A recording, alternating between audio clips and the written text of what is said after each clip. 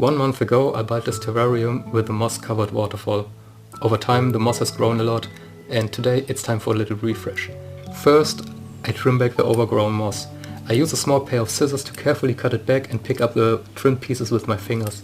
Next, I clean the glass. Over time a thin layer of biofilm and dirt builds up, so I use a scraper to gently remove it.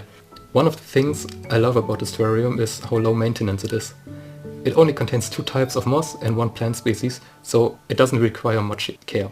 Now that everything is fresh again, I think this might be my most beautiful terrarium so far.